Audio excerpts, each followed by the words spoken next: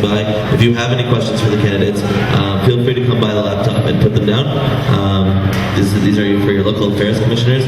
They represent you in the Guelph community. And yeah, so going back to Galen and the first question. As the local affairs commissioner, what do you feel are the two most important aspects of the portfolio, and how would you make any campaigns relating to those events known to students? Well, actually, we've had three questions given us ahead of time, and the two issues that I think are the most important for the local affairs portfolio are transit and the CSA food bank, which I'll be addressing later in the other questions. And so I'll take this opportunity to talk about another point of my platform, which is I think that if transit could be better dealt with, more time could be freed up to do what else with the other parts of the job. So I feel that as students, we make up a sixth of the population of the city, and we don't necessarily pay, some people pay property taxes, but most students pay rent, and that's an indirect way of paying property taxes. I feel that for the most part, a lot of city issues, the student voice isn't heard of, despite making up such a large percent of the population. I'd really like to make an effort to make face-to-face contact with the mayor, with the city councilors, and so that we have a rapport, so when it comes to raising issues at the city council level, at other boards, whatever, being able to have a more effective voice for students within the city. That also goes hand in hand with bringing those issues back to campus. So better informing students about relevant city issues means what's happening with the city council level, what relevant community issues are happening, what events are happening in the city. I'd really like to work with the communication commissioner to revamp the website so that there's more effective ways of hearing what's happening in the city. The website, I feel like it was invented before the internet. It's been around, it's really old. So bringing the website where there's a central place where we can have links, calendar, see what's happening as far as events, what's happening as far as relevant issues, and bring those issues back to the student body. Thank you. Same question to Anastasia. Jeff, could you repeat it? For sure. Thanks. As the local affairs commissioner, what do you feel are the two most important aspects of the portfolio, and how would you make any campaigns relating to those events known to students? I think transit and housing are absolutely the biggest issues facing students, and I went over this a little bit in my introduction.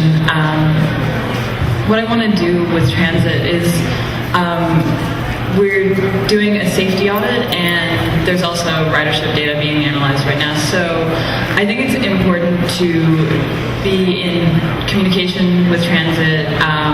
That means getting more express routes where they're needed and eliminating the ones that we don't, taking a look at that, getting more stops, getting the buses safer, and basically really listening to students on what their needs are. I think we have to be in tune with them and not only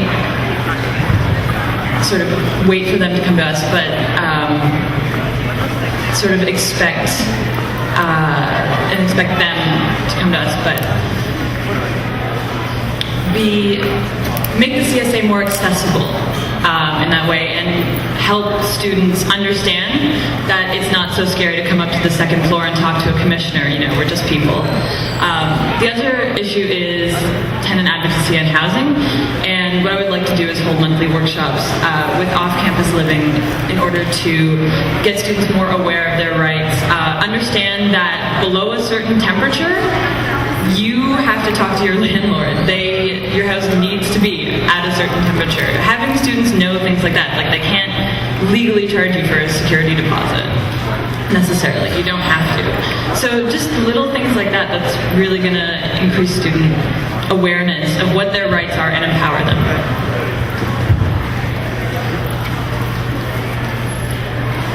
Thank you very much. Jeff, your turn. Thank you. Thanks, Jeff. I do agree with Stacey that probably one of the most important things is getting students interested in the local affairs portfolio, and you have to be really active in doing so. I'm not sure the best way is to tell them to come up to the second floor. I think we sort of need to break that barrier between the second floor of the University Center and the rest of campus. It could be holding office hours in different places. It could be going around and talking to students, talking to student groups, things like that. And that's the way we're going to get students actively involved. Let's face it, students don't always read their emails, the mass mail that's sent out. Students don't always look at a poster if you're passing it by and you're in a rush. So the best way to do things like that is to make actual contact with another person physically. Not in a weird way, but sorry. Make personal contact with other students. So I think that's one of the biggest issues with the local affairs portfolio. And then the other thing, of course, is transit. We've talked a lot about transit already. I've heard a lot of people being missed at bus stops, but I think what a lot of people don't know is that the local affairs board, the local affairs commissioner, is the person that will bring those issues to city council in groups. So it's not enough to have one or two people say, I missed the bus. We need lots of people saying, I miss the bus every day. There's 5 other people with me. We need to be able to collect that info. I think the current local affairs commissioner has done an excellent job of organizing a survey of where students live, and that's a really good way to start. But there's also other ways that we need to look at in getting students to actively say, look, I missed the bus for the last 2 days, and we need to figure this out. Thank you very much.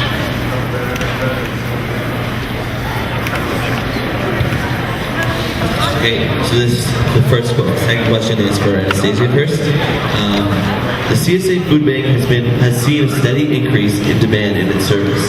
There has been talk even about closing the food bank early due to financial reasons. What can you bring to the table to ensure that students will continue to have access to this essential service? Well, I think it's important to obviously direct more funding to the food bank, period.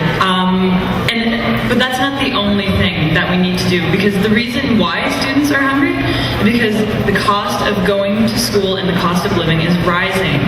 And so they're left in this place where they have to either pay their tuition, their rent, or for their groceries. So yes, we need more funding to the food bank, but we also need to take on that battle with tuition fees. And I think we need to ask for the support of the administration on this. I think if we had Alistair with us, going to drop fees rallies, I think if we had the administration really if we had a united campus where we could say, this isn't working for us, $3,000 a semester, more than that with textbooks, let alone rent, cost of living, being able to go out once in a while. It's too much. And I think if we drop fees, if we make that effort, if we make that investment as activists, as students, as empowered people, then we'll have less people using the food bank. So we got to bring those numbers down, and we also have to ensure that the food bank is adequately funded. And that means, and not only adequate funding, but getting the right kind of food there. So taking shares in the local harvest from local food producers. That's going to be cheap food, and it's going to be nutritious, local, organic food. And I think that also is a very important aspect. Thank you. Jeff, you have 2 minutes. Same question. Thank you, Jeff.